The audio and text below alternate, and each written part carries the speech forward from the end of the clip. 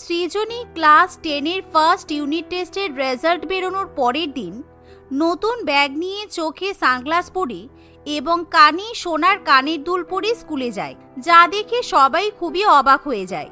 অবশ্য সৃজনী ক্লাসের সবথেকে ধনী স্টুডেন্টদের মধ্যে একজন ছিল। সে ভালো নাম্বার পাক কিংবা না পাক, সে কোনো টেস্টে পাশ করলেই তার বাবা মা তাকে হাত ভরে উপহার দেয়। এই জানিস, এই আগের ইউনিট টেস্টে আমি পাশ করে গেছি বলে আমার বাবা মা আমাকে একটা নতুন আইফোন কিনে দিয়েছে। কিন্তু আইফোনটা তো আর আমি স্কুলে আনতে পারবো না, তাই আমি ওটা নিয়ে আসিনি। না হলে তোদের সবাইকে দেখাতাম আমার নতুন ফোনটা কত সুন্দর। আমার বাড়িতেও আমাকে একটা সুন্দর বাইসাইকেল উপহার দিয়েছে। এই তো মল্লিকা, তুইও তো টেস্টে পাস করেছিস, তোর বাড়ি থেকে কি কি উপহার দিল? তাছাড়া তুই তো আবার ফার্স্ট হয়েছিস, তোর বাড়ি থেকে নিশ্চয়ই আরো অনেক দামি গিফট দিয়েছে, তাই না? না রে, আসলে আমি এবার কোনো গিফট চাইনি, ইউনিট টেস্টেই তো পাশ করেছি, এতে আবার গিফটের কি আছে বলতো? আমি যখন ইয়ারলি এক্সামে ভালো রেজাল্ট করব তখনই ভালো কোনো গিফট নেব। তোর বাবা মা তোকে কোনো গিফট দেয়নি সেটা বল। এমনিতেও তোর যা পরিবারের অবস্থা, ক্লাস টিচার একটা এক্সট্রা বই কিনতে বললে তুই কিনতে পারিস না, আর সেই জায়গায় তুই পরীক্ষায় পাশ করলে তোর বাবা মা তোকে গিফট দেবে? এ বাবা, তমালিকা, তাই নাকি? তোর মা বাবা তোকে সত্যি কোনো গিফট দেয়নি? ইস, আমার তোর কথা শুনে খুব খারাপ লাগছে।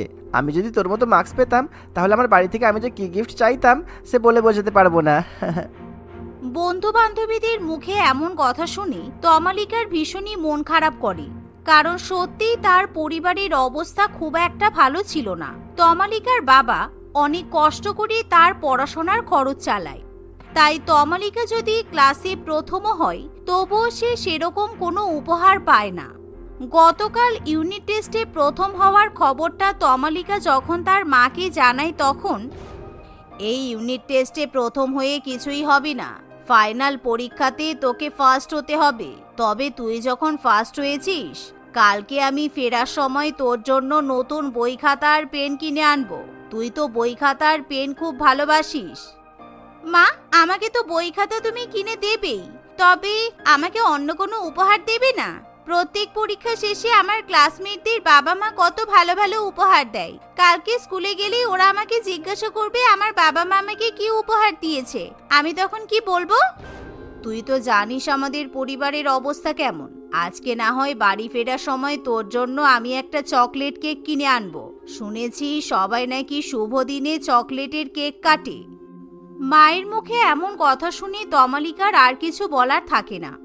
তবে বন্ধু বান্ধবীদের মুখে খারাপ খারাপ কথা শুনে তার খুব খারাপ লাগে, তাই তমালিকা সারাটা দিন মন খারাপ করে ক্লাসে বসে থাকে। কিছুক্ষণ পর ক্লাসে শেফালি ম্যাডাম এসে বলেন, তমালিকা, প্রত্যেকবারের মতো তুমি এবারও ইউনিট টেস্টে ফার্স্ট হয়েছো। তোমাকে কিন্তু প্রত্যেকবার খুব ভালো করে এক্সাম দিতে হবে যাতে তুমি প্রথম হতে পারো। আমার কাছে অবশ্য তোমার জন্য একটা ছোট্ট উপহার আছে। এই বলে শেফালি ম্যাডাম তমালিকাকে 10টা খাতা এবং 10টা পেন উপহার দেয়, আর যা দেখে সোনালি ভীষণই রেগে যায়। সেদিন স্কুল ছুটির পর, এই দেখ, আমার বাবা মা আমাকে এই কানের দুলটা উপহার দিয়েছে, বাড়িতে আমার নতুন আইফোনও আছে, আরো যে কত গিফট পেয়েছি আমি তোকে আমি বলে বোঝাতে পারবো না। কিন্তু ম্যাডামের ওই 10টা খাতা আর 10টা পেন নিয়ে তোর কি এমন হলো? অবশ্য তোর তো আবার ওই খাতা পেনের খুব দরকার পড়ে, আমার কাছে তো অনেক খাতা পেন পড়ে থাকে, তোর লাগলে বলিস আমি তোকে এমনিই দিয়ে দেবো। তুই আমাকে যা খুশি তাই বলে অপমান করতে পারিস, কিন্তু আজকে ম্যাডাম যে আমাকে উপহার দিলেন তা শুধু খাতা পেন নয়, বরং আমার কাছে অনেক বড় উপহারও বটে। সবার কাছে নিজের নিজের উপহারের দাম আলাদা। ঠিক এমন সময় তমালিকার বাবা তমালিকাকে স্কুল থেকে নিতে আসে, আর সে তমালিকা এবং সৃজনীর সমস্ত কথা শুনে ফেলে, যার ফলে শক্তিবাবুরও খুব খারাপ লাগে, কারণ শক্তিবাবু সামান্য এক ফ্যাক্টরিতে কাজ করে, সেই সাথে তমালিকার মা সেলাই মেশিনে কাজ করে সংসারে কিছু টাকা দেয়। কিছুক্ষণ পর শক্তিবাবু যখন তমালিকাকে বাড়িতে ফিরিয়ে নিয়ে যায় তখন, কিরে মা, তোর ওই বান্ধবী পরীক্ষায় কিসের পা উপহারের কথা বলছিল? তুই কি পরীক্ষায় ফার্স্ট হয়েছিস? কিন্তু আমি তো তোকে কোনো উপহার দিতে পারিনি, তাই তোর খারাপ লাগছে, তাই না? না না বাবা, খারাপ লাগবে কেন? কালকে মা আমাদেরকে চকলেট কেক এনে দিয়েছিল, আমি আর ভাই বোনেরা সবাই মিলে ওই চকলেট কেক খেয়েছি। তাছাড়া আজকে আমার স্কুলের ম্যাডাম উপহার হিসেবে আমাকে অনেকগুলো খাতা আর পেন দিয়েছে। তমালিকা মুখে এমন কথা বললেও তার যে মন খারাপ সেটা শক্তিবাবু খুব ভালো মতোই বুঝতে পারে। তাই শক্তিবাবু কিছুক্ষণ পর তমালিকাকে একটা বড় ঘড়ির দোকানে নিয়ে যায়। এই যে দাদা, আপনি আমাকে 5,000 টাকা দামের সব থেকে ভালো যে ঘড়ি পাওয়া যায় সেই ঘড়ি দেখান তো। দেখবেন আমার মেয়ের জন্য প্রথম ঘড়ি কিনছি, তাই সব থেকে ভালো ঘড়িটাই চাই কিন্তু। থাক বাবা, এত টাকা দামের ঘড়ি কিনে কি হবে? 5,000 টাকা দামের ঘড়ি কেনা মুখের কথা নয়। 5,000 টাকা দিয়ে আমাদের কিন্তু অনেক দিনের বাজার হয়ে যাবে। তোমাকে এত টাকা খরচা করতে হবে না। তুমি যদি এত টাকা খরচা করো তাহলে আমাদের সংসার চালাতে খুব অসুবিধা হবে। শক্তিবাবু কিছুতেই মেয়ের কথা শোনে না। সে 5,000 টাকা দিয়ে মেয়ের জন্য ঘড়ি কিনে দেয়। পরের দিন তমালিকা যখন বাবার দেওয়া ঘড়িটা পরে স্কুলে যায় তখন এই তমালিকা, তোর হাতের ঘড়িটা দেখি। এটা তো হিটেক্স ব্র্যান্ডের ব্র্যান্ড নিউ কালেকশন। কালকে আমি বাবার সঙ্গে দোকানে এই ঘড়িটা কিনতে গিয়েছিলাম, কিন্তু দোকানদার বললো এই ঘড়িটার কালেকশন নাকি শেষ হয়ে গেছে। এনিওয়ে, তুই এই ঘড়িটা কোথায় পেলি? আসলে আমার বাবা আমাকে পরীক্ষার পাশের উপহার হিসেবে এই ঘড়িটা দিয়েছে। আমি জানতাম না ঘড়িটা এত বেশি পপুলার হবে। তোর এরকম ঘড়ি পছন্দ? আসলে আমি বাবাকে বলেছিলাম এত দামি ঘড়ি দিতে হবে না, কিন্তু বাবা আমার কথাই শুনলো না। ও মাই গড, আমি তোকে বলে বোঝাতেই পারবো না যে এই ঘড়িটার জন্য আমি কত দোকান ঘুরেছি, কিন্তু এখন এই ঘড়িটা তোর হাতে দেখে আমার খুব খারাপ লাগছে। তুই এই ঘড়িটা আমাকে বিক্রি করে দে না প্লিজ। আরে রাজীব, তুই ফালতু ফালতু কেন ওর চিপ ঘড়ির পেছনে পড়ে আছিস বলতো? আমি তোকে ভালো টাইটান কিংবা সোনাটা ঘড়ি দেখাবো। আমার কাছে সব রকমের কালেকশন আছে। এমনিতেও তমালিকার ঘড়িটা ভীষণ বাজে দেখতে। এর থেকে তো আমার কাজের আন্টির মেয়ে অনেক ভালো ঘড়ি পরে। উফ, আবার শুরু হয়ে গেল তো। আমাকে তমালিকার ঘড়িটা দেখতে দে। সারাক্ষণ তো স্কুলে এসে এটা ওটা নিয়ে শো আপ করিস, বাকিদের জিনিসটাও তো একটু দেখি। এভাবেই রাজীব সৃজনীর কথায় কিছুতেই পাত্তা দেয় না, যা দেখে সৃজনী আরো বেশি রেগে যায়। এমনকি স্কুলের বাকি ছাত্রছাত্রীরাও তমালিকার ঘড়ির ডিজাইনের ভীষণই প্রশংসা করে। আর যেটা সৃজনী মোটেই পছন্দ করতে পারি না, কারণ সৃজনী সবসময় এমন কোনো উপহার চাই সেটা যেন তার ক্লাসের মধ্যে সব থেকে সেরা হয়। তাই সৃজনী সেদিন বাড়িতে ফিরে তার মাকে বলে, মা শুনছো, আমাকে প্লিজ এবার একটা গাড়ি গিফট করো তো। আমার একটা নতুন 4 চাকা গাড়ি চাই, যেই গাড়িটা করে আমি স্কুলে যেতে পারবো। আমাদের ওই গাড়িটা তো পুরানো হয়ে গেছে, কেমন বাজে দেখতে লাগে। আমার এবার নতুন একটা গাড়ি চাই। গিফট আবার কিসের? তুই আর কত গিফট নিবি বলতো? এই কয়েকদিন আগে পরীক্ষায় পাশ করেছিস বলে বাবার কাছে বায়না ধরে ধরে নতুন নতুন জিনিসপত্র নিলি, এখন বলছিস একটা গাড়ি নিবি? এইটুকু মেয়ে গাড়ি নিয়ে কি করবি তুই? এভাবে সৃজনীর মা সৃজনীকে ভীষণই বকাবকি করে, কিন্তু সৃজনী কিছুতেই শান্ত হয় না। সে নতুন গিফট নেবে বলে বায়না করতেই থাকে। এভাবে দেখতে দেখতে কিছুদিন কেটে যায়। প্যারেন্ট টিচার মিটিং এ ছাত্রছাত্রীদের গার্জেনরা সবাই গিয়ে উপস্থিত হয়। দেখ তো, তোর এই ক্লাসমেটটা কত ভালো। কখনো বাবা মায়ের কাছে উল্টোপাল্টা জিনিসপত্র বায়না করে না, প্রত্যেকটা পরীক্ষায় প্রথম হয়, কিন্তু তবুও কখনো বাবা মায়ের কাছে কিছুই বায়না করে না। আর তুই কোনো মতে পরীক্ষায় পাশ করেই আমাকে এটা গিফট দাও ওটা গিফট দাও করে করে পাগল করে দিস। সবার সামনে সৃজনীর মা তাকে এমনভাবে কথা শোনালে সৃজনী ভীষণই অপমানিত বোধ করে। এই দেখ তমালিকা, আমার মা আমাকে উপহার দেওয়া নিয়ে কথা শোনাচ্ছে। আমার মা বলে আমি নাকি আমার মায়ের থেকে বেশি উপহার নিই। আচ্ছা আন্টি, আপনি বলুন তো, তমালিকা আপনার থেকে ঠিক কতগুলো উপহার নেয়? আপনি তমালিকাকে পরীক্ষায় পাশের জন্য কি কি উপহার দিয়েছেন? আমরা তো তমালিকাকে কোনো উপহারই দিই না। আসলে তমালিকা ভীষণই বাধ্য মেয়ে। তমালিকা আমাদের কাছ থেকে কোনো রকম উপহার চায় না। আমরা ওকে যা দিই ও তাই নিয়ে নেয়। নেবে কোথা থেকে আন্টি? আপনাদের তো তমালিকাকে কিছু দেওয়ার ক্ষমতাই নেই। অবশ্য আপনাদের কিছু থাকলে তো তমালিকা বায়না করবে। এই কয়েকদিন আগে তমালিকা একটা 5,000 টাকা দামের চিপ ঘড়ি পরে এসে সবাইকে দেখাচ্ছিল, বলছিল ওটা নাকি আঙ্কেল তমালিকাকে গিফট করেছে। আমি তমালিকার কাছে এটাও শুনেছি তমালিকার বাবা নাকি ওকে লুকিয়ে লুকিয়ে ঘড়িটা গিফট করেছে। আঙ্কেল তমালিকাকে বারণ করেছিল ওই ঘড়িটার ব্যাপারে আপনাকে যাতে কিছু না জানায়। কি রে তমালিকা, আমি ঠিক বললাম তো? এমন কথা শুনে সাবিত্রী দেবী তার মেয়ের উপর ভীষণই রেগে যায়, কারণ সাবিত্রী দেবী সংসারে একদমই বাজে খরচা করা পছন্দ করে না। আর যেহেতু তমালিকাকে ছাড়া তার আরো 3টে ভাই বোন থাকায় শক্তিবাবু তমালিকাকে সত্যি সেই ঘড়িটার ব্যাপারে বাড়িতে কাউকে বলতে বারণ করে। তাই তমালিকা বাড়িতে সেই ঘড়িটা সবসময় লুকিয়ে রাখে। সে যখন স্কুলে যায় তখনই ঘড়িটা ব্যবহার করে। হতচ্ছাড়া মেয়ে, তুই নিশ্চয়ই তোর বাবাকে ভুলিয়ে ভালিয়ে 5,000 টাকা দিয়ে ঘড়ি কিনেছিস। আমাদের সংসারের টাকাটা কতদিন কাজে লাগতো বলতো? তোর লজ্জা করে না? এত স্বার্থপর তুই শুধু নিজের কথাই ভাবিস। মা বিশ্বাস করো, আমি বাবাকে ঘড়িটা উপহার দিতে বলিনি।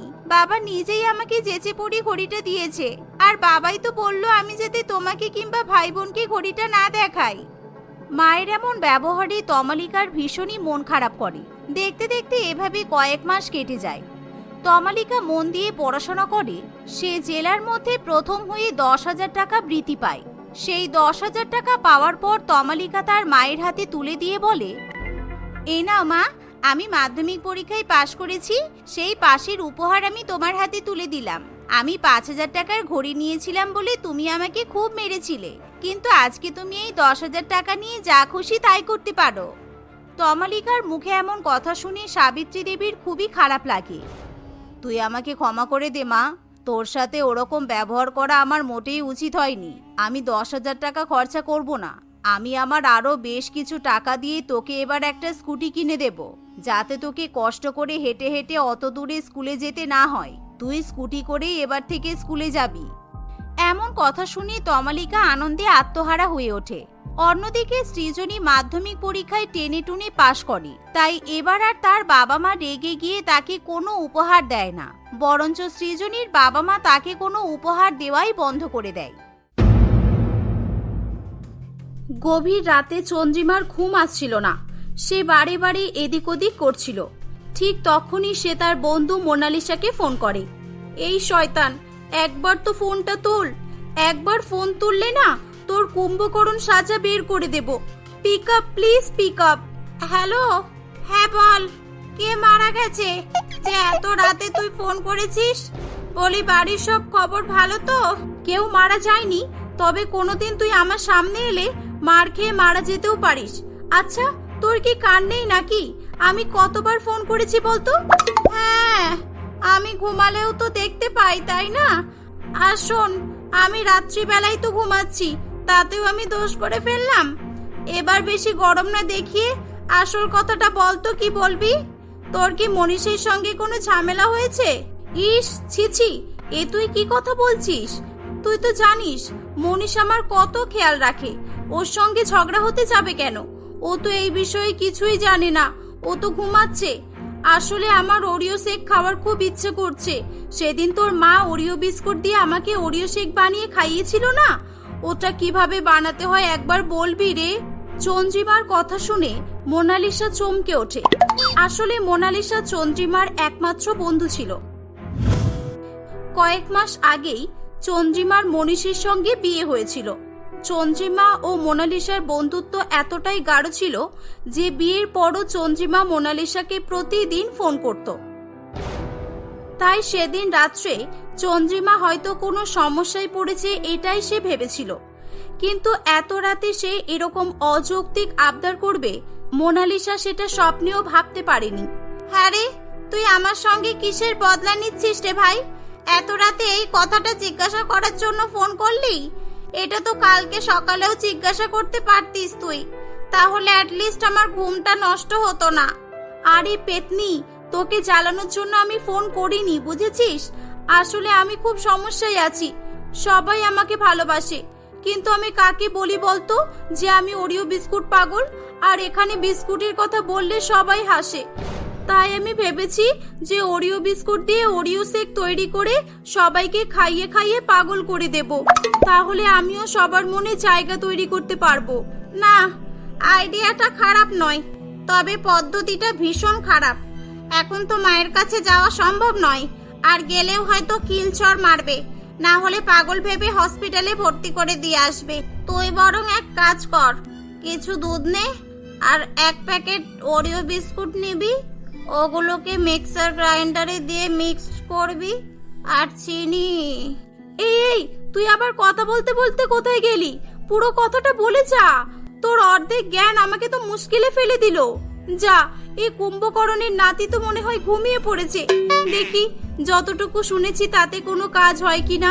চন্দ্রিমা ওরিও শেক তৈরি করে খাওয়ার জন্য রান্নাঘরের দিকে যায়। ওরিও শেক তৈরি করার জন্য সে দুধের প্যাকেটটি হাতে নিয়ে তার পুরানো দিনের স্মৃতিতে হারিয়ে যায়।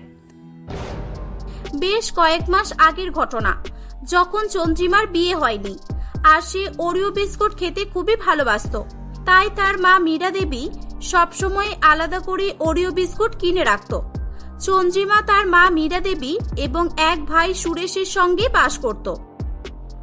একদিন, মা, ও মা, তাড়াতাড়ি খাবার নিয়ে এসো, আমার খিদে পেটের মধ্যে ইঁদুর লাফালাফি করছে, সেই সকাল থেকে আমি কিচ্ছু খাইনি।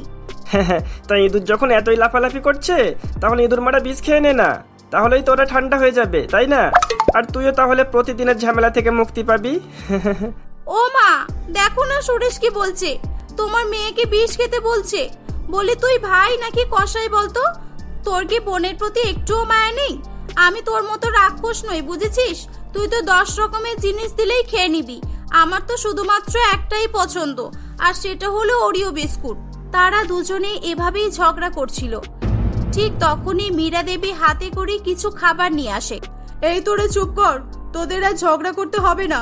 এই নে তোদের পরোটা আর তরকারি, তাড়াতাড়ি খেয়ে নে, না হলে পেটের সাথে সাথে তোদের মুখটাও চুপ হয়ে যাবে। যত সব। পরোটা দেখে সুরেশ খুব খুশি হলেও চন্দ্রিমা খুব রেগে যায়। মা, এটা তুমি কি দিলে? সকালবেলা উঠে প্রথমে আমি কি খাই তুমি জানো তো? আর এত বড় বড় পরোটা খেলে তো আমার পেট ফেটে যাবে। তুমি বরং আমাকে অন্য কিছু দাও। তা এত ঘুরিয়ে পেঁচিয়ে না বলে পরিষ্কারই তো বলতে পারিস যে তোর ওরিও বিস্কুট লাগবে। ভারী খাবার, হালকা খাবার, এই ঢংগুলো কেন করছিস শুনি? আমি তো একটু মজা করছিলাম মা। তা তুমি যখন বুঝেই গেছো, তা কোথায় আমার ওরিও বিস্কুটটা দাও দেখি। আমার তো বিস্কুট খেয়ে বের না হলে দিনই কাটে না। আবার জানো মা, কোনো কোনো দোকানে তো আমার পছন্দের ওরিও বিস্কুট রাখিও না। তাই আমি ভেবেছি সবগুলো দোকানে 100 টাকা করে অ্যাডভান্স দিয়ে আসবো। ভালোই বুদ্ধি, তাই না মা, বলো? আহারে, কি মজা গো সোনা আমার। চুপ কর, যত সব উল্টোপাল্টা কথা। আসুন, আজ বাড়িতে বিস্কুট নেই। 1 প্যাকেট ছিল, সেটা শেষ হয়ে গেছে। সকালে সুরেশ খেলতে যাচ্ছিল, তাই আমি ওকে খেতে দিয়েছি। সেই জন্য আমি এই পরোটা তরকারি বানিয়েছি, না হলে সকাল সকাল পরোটা বানাতে আমার বয়েই গেছে, যেখানে 1 প্যাকেট বিস্কুট দিয়ে কাজ মিটে যায়। এটা শুনে চন্দ্রিমা সুরেশের উপর খুব রেগে যায়। হ্যাঁ রে ছাগল, আমার বিস্কুট খাওয়ার সাহস তুই কোথা থেকে পেলি? একই তো আমার ওরিও বিস্কুট খেয়েছিস, তার উপরে আমাকেই গরম দিচ্ছিস। আর শাস্তি স্বরূপ আমাকে ডবল বিস্কুটও দিতে হবে। যা এখান থেকে, যা বলছি। আগে আমার ওরিও বিস্কুট নিয়ে আয়। হ্যাঁ হ্যাঁ, যাচ্ছি। সেই জন্যই বলি, সকাল থেকে আমার পেটের খাবার হজম হচ্ছে না কেন। সুরেশ শত আপত্তি করলেও চন্দ্রিমা চাপে পড়ে শেষ পর্যন্ত সে ওরিও বিস্কুট কিনে আনতে বাধ্য হয়। চন্দ্রিমা সেগুলোকে মজা করে খেতে থাকে, কিন্তু খেতে খেতে তার গলা শুকিয়ে যায় এবং সে তখন তার মাকে জল দিতে বলে। হ্যাঁ, এটাই হবে, আমি আগে থেকেই জানতাম। বলি, পাশেই তো দুধ রাখা আছে, চোখে দেখতে পাচ্ছিস না? দুধে ডুবিয়ে ডুবিয়ে বিস্কুটটা খেলে গলায় তো আটকায় না। এই নে জল, আর বাকি বিস্কুটগুলো দুধে ডুবিয়ে ডুবিয়ে খা। মায়ের কথা শোন, দেখবি খেতে ভালো লাগবে। না না, কোনোদিনও না। এত টেস্টি ওরিও বিস্কুট আমি দুধে ডুবিয়ে খেয়ে বিস্কুটের টেস্টটা নষ্ট করতে পারবো না। আমি অনলি ওরিও বিস্কুটের স্বাদই উপভোগ করতে চাই। বেশ কয়েকদিন কেটে যায়। একদিন চন্দ্রিমা তার বন্ধু মোনালিসাদের বাড়িতে যায়। মোনালিসার মা চন্দ্রিমাকে অনেক রকমের সুস্বাদু খাবার খেতে দেয়, কিন্তু সে কিছুই খেতে চাইছিল না। কি রে, তুই খাচ্ছিস না কেন? এত কিছুর মধ্যে কোনো খাবার পছন্দ হচ্ছে না তোর? ওরিও বিস্কুটের দিকে মন পড়ে আছে নিশ্চয়ই। আমার মা কিন্তু দারুণ রান্না করে, তুই একবার এগুলো খেয়ে দেখতে পারিস। না রে, আমি কিছু খাবো না, আমার ভালো লাগছে না। আমি বাইরে গিয়ে 1 প্যাকেট ওরিও বিস্কুট খেয়ে নেব। আমি জানতাম এটাই হবে, তাই আমি আমার মাকে তোর জন্য ওরিও বিস্কুট দিয়ে একটা আইটেম বানিয়ে রাখতে বলেছিলাম। এই নে ওরিও শেক, মা তোর জন্য বানিয়েছে। সেদিন ওরিও শেক খেয়ে চন্দ্রিমার খুবই ভালো লেগে গিয়েছিল, আর তাই আজকে চন্দ্রিমা তাকে গভীর রাতে ফোন করেছিল। আরে বাহ, বেশ ভালোই তো দেখতে হয়েছে। এরকমই তো দেখতে ছিল, পুরো চকলেট কালার। খেতেও মনে হয় খুব টেস্টি হবে। কই দেখি তো খেয়ে। চন্দ্রিমা নিজের বানানো 2 গ্লাস ওরিও শেক খেয়ে ফেলে, কিন্তু তখনও 1 গ্লাস এক্সট্রা ছিল। তার পক্ষে সেটা খাওয়া সম্ভব ছিল না, তাই সে মনীষকে বাকিটা খাওয়ানোর সিদ্ধান্ত নেয়। হ্যাঁ হ্যাঁ ঠিক, আমি বরং প্রথম মনীষকে দিয়ে শুরু করি, কারণ এত রাতে অন্য কাউকে দিতে গেলে সে হয়তো আমাকে পাগল ভাববে। এই যে মনীষ, শুনছো? একবার মুখটা খোলো তো, আমি তোমার জন্য কি এনেছি একটু খেয়ে দেখো তো। কি হলো রে বাবা, এত রাত্রে কি হয়েছে? আমি উঠতে পারবো না, যা দেবার দাও, আমি ঘুমোতে ঘুমোতেই খেয়ে নেব। এ যেন আমার জ্বালা হয়েছে। একে তো এত কষ্ট করে রিস্ক নিয়ে বানালাম, খেয়ে কোথায় একটু নাম করবে ভেবেছি, তা নয়, বাবু ঘুমই ছাড়াতে পারছেন না। দূর, আমার খাটনিটাই বেকার হলো দেখছি। সেদিন রাতে মনীষ ঘুমের ঘোরেই ওরিও শেক খায় এবং সে কিছু না বলেই ঘুমিয়ে পড়ে। এটা দেখে চন্দ্রিমার মন ভেঙে যায়। সে আর কখনোই ওরিও শেক বানাবে না বলে ঠিক করে। পরের দিন সকালবেলা। আরে চন্দ্রিমা, তুমি কাল রাতে আমাকে কি যেন খেতে দিলে না? আমার খেতে খুবই ভালো লাগছিল, কিন্তু ওটা কি খাওয়ালে?